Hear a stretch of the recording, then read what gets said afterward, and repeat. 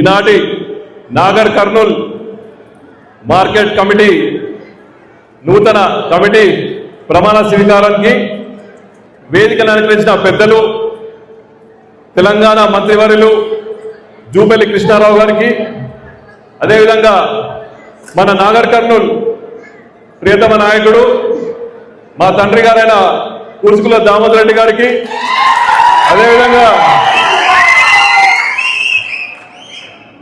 పెద్దన్న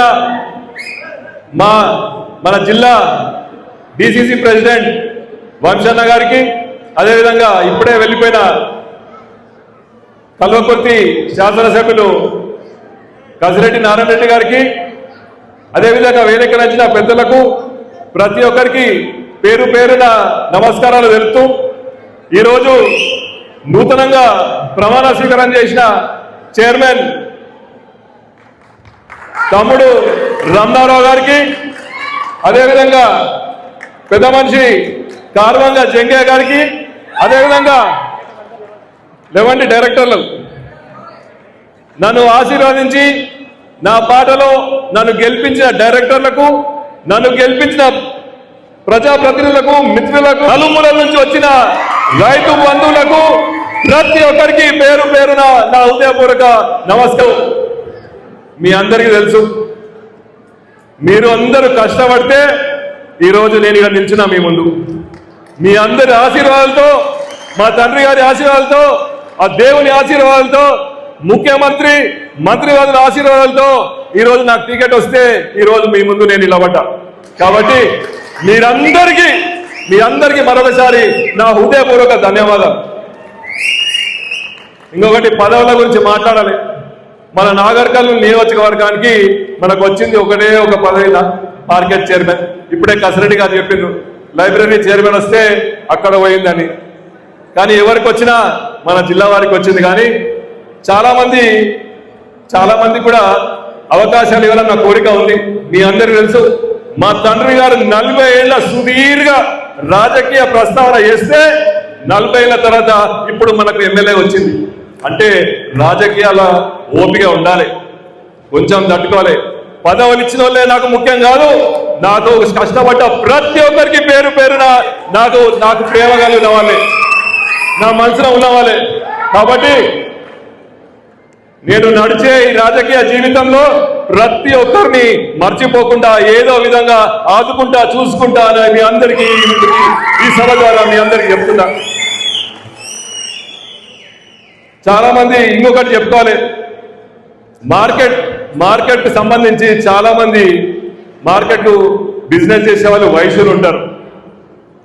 కాబట్టి ఎప్పుడు వినట్టు ఈసారి 4 డైరెక్టర్లకు వయసులకు ఇచ్చినామని మీ అందరికీ ఈ సభ ద్వారా తెలుసుకుంటున్నా. నేను అనుకుంటున్నా వయసులు చాలా సంతోషంగా ఉన్నారని, కానీ వాళ్ళు చెప్పాలి గట్టిగా.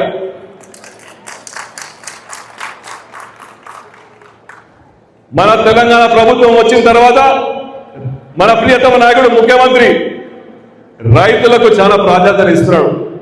అవతల వాళ్ళు చాలా చెప్తున్నారు రైతులకు ఏం చేస్తలేరు, ఇది ఎండిపోయింది, అది ఎండిపోయింది. కేవలం అది ఇంకోటి మర్చిపోయినా, మా ముందు కూర్చున్న మీడియా మిత్రులను ప్రస్తావించారు. కాబట్టి మీడియా మిత్రులు కూడా నా హృదయపూర్వక నమస్కారం. మనము రుణమాఫీ చేసినామా? మన నాగర్ కర్నూల్ నియోజకవర్గానికి ఎంత డబ్బు వచ్చింది తెలుసా? ఎవరని చెప్తారా? ఎంతమందికి వచ్చింది తెలుసా? మన నాగర్ కర్నూల్ నియోజకవర్గంలో 2,15,000 ఓట్లు. ఆ ఓట్లలో 30,549 మందికి రుణమాఫీ అయింది. ఎన్ని కోట్లైనాయి?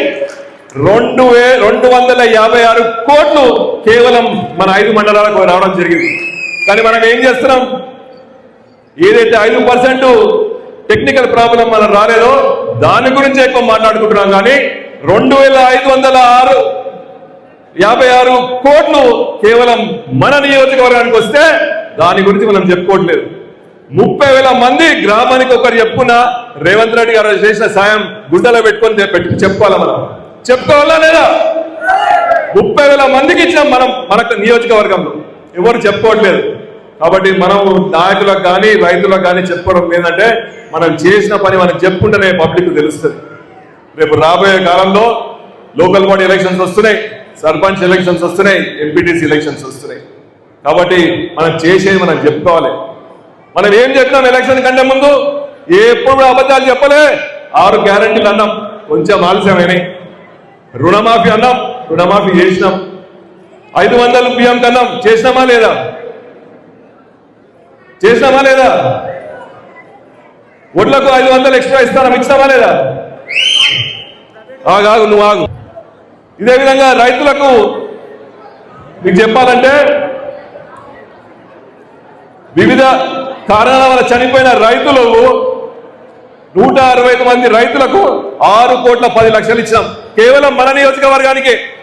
మనం చెప్పుకుంటున్నామా? చెప్పుకోవట్లేదు. మీకు తెలియదు ఎంత చేసినామో. కాబట్టి నేను లెక్కలతో సహా వచ్చిన. అదేవిధంగా నాగర్కల్ నియోజకవర్గంలో ఇప్పటి వరకు మన కాంగ్రెస్ ప్రభుత్వం 5,274 మంది రైతుల నుంచి 34,773 మెట్రిక్ టన్నుల ధాన్యాన్ని కొనుగోలు చేసి రైతు ఖాతాలో 81 కోట్లు జమ చేసినాం. ఇవన్నీ చూస్తుంటే కేవలం మన ఒక్క నియోజకవర్గానికే కోట్లలో రైతులకు చేసినాం.